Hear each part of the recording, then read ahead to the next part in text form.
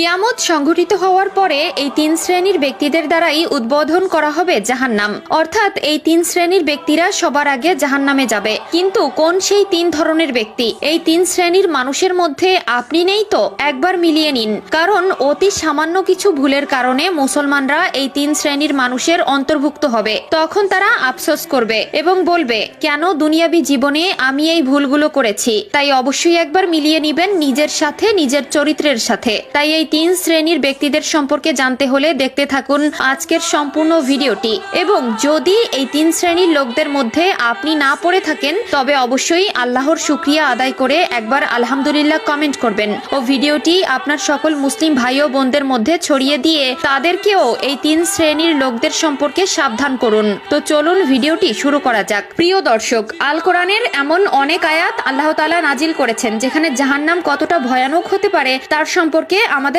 অবগত করেছেন। যেখানে সূরা ওয়াকিয়াতে রয়েছে জাহান্নামের পূর্ণাঙ্গ সকল ধারণা, যাতে করে সেটা পড়ার মাধ্যমে আমরা জাহান্নাম সম্পর্কে এবং জাহান্নামের ভয়াবহতা সম্পর্কে জানতে পারি এবং সেটি থেকে বাঁচার জন্য নিজেকে রক্ষা করতে পারি। কেননা পৃথিবীর সামান্য আগুন আমাদের সহ্য হয় না, সেখানে জাহান্নামে এর থেকে 70 গুণ বেশি আগুনে পুড়তে হবে জাহান্নামীদের। আস্তাগফিরুল্লাহ। তাই যাদের দ্বারা জাহান্নাম উদ্বোধন হবে তাদের মোক্ষম দোষ থাকবে তাদের নিয়ত কখনোই শুদ্ধ ছিল না। অর্থাৎ তারা আল্লাহকে ডাকতো, তারা ইবাদত করত যেটি লোকচোখে নিজের সম্মান বাড়ানোর জন্য, আরবিতে যাকে রুইয়া বলে থাকে।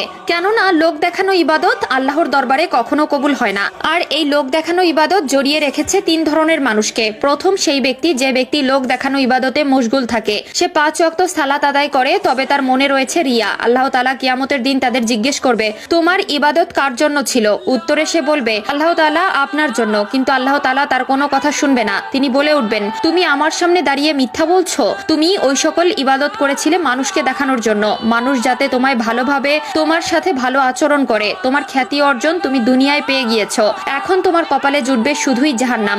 দ্বিতীয় ব্যক্তি সে যে লোক দেখানো দান করত, মানুষকে কোটি কোটি টাকা দান করতেন, কিন্তু তা আল্লাহর জন্য নয়, মানুষের সামনে দানবীর হয়ে ওঠার জন্য। তাদেরকে একইভাবে বলা হবে, তোমার প্রতিদান তুমি দুনিয়ার জীবনে প্রাপ্ত হয়েছো, এখন তো তোমার জন্য প্রজ্বলতাই ভরপুর দোজক। তৃতীয় সেই ব্যক্তি যার জিহাদ ছিল লোক দেখানো, যে আল্লাহর রাস্তায় জিহাদ করেছিল, কিন্তু তার মনে ছিল যাতে সে দুনিয়াবী হাজারো জিহাদীদের মধ্যে বীর হয়ে উঠতে পারে। সে জিহাদ করেছিল নিজেকে সাহসী যোদ্ধা প্রমাণ করার জন্য। এসব মানুষদের দিয়ে আল্লাহ তাআলা জাহান্নামের সূচনা করবেন। আল্লাহ তাআলা আমাদের সতর্ক করেছেন অনেকবার। তিনি আমাদের মাঝে পাঠিয়েছেন এক নবী রাসূল। রাসূলুল্লাহ সাল্লাল্লাহু আলাইহি ওয়াসাল্লাম বলেছেন, তোমরা হিংসা, অহংকার আর দাম্ভিকতা নিয়ে বেড়ে ওঠো না, এটাই তোমার কল্যাণ নেই। মহানবী সাল্লাল্লাহু আলাইহি ওয়াসাল্লাম আরো বলেছেন এই তিন শ্রেণীর ব্যক্তির কথা যারা জাহান্নামে সবার আগে প্রবেশ করবে।